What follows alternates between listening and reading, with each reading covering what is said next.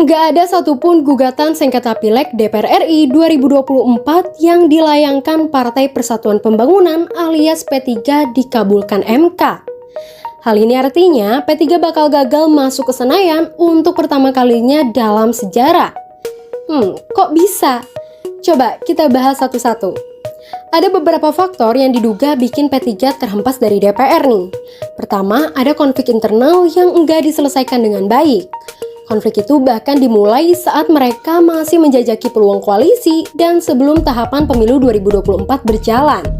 Pada saat itu, Suharto Monoarfa yang menjabat sebagai ketua umum sampai dicopot mendadak nih, lalu digantikan oleh Mardiono.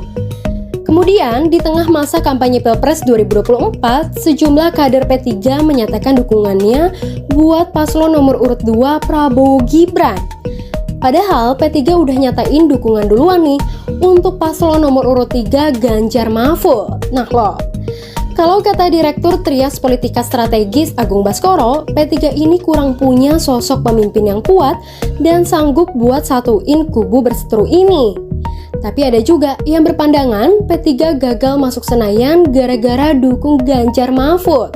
Soalnya, kata pengamat politik Adi Praitno, secara umum pemilih P3 lebih memilih Anies dan Prabowo. P3 juga dinilai kurang fokus ke Pileg karena mereka harus berbagi dengan Pilpres buat menangin Ganjar Mahfud nih. Alhasil, P3 cuma mengantongi 5 jutaan atau 3,87% suara. Kurang 0,12% lagi untuk bisa capai ambang batas parlemen 4%. Nah, dalam satu gugatannya, P3 sempat minta ke MK nih, kasih kebijakan khusus agar suara mereka tetap dikonversi menjadi kursi di DPR. Tapi, hal itu gak dihiraukan MK nih. Namun, kabar baiknya, MK telah perintahkan pembentuk undang-undang untuk rumuskan kembali ambang batas parlemen lebih rasional pada Pileg 2029. Hal itu buat menekan semaksimal mungkin suara rakyat yang terbuang tidak dikonversi menjadi kursi. Walah, semangat terus deh ya P3, kalau tahun ini gagal masuk ke Senayan, boleh dicoba lagi di 2029 ya.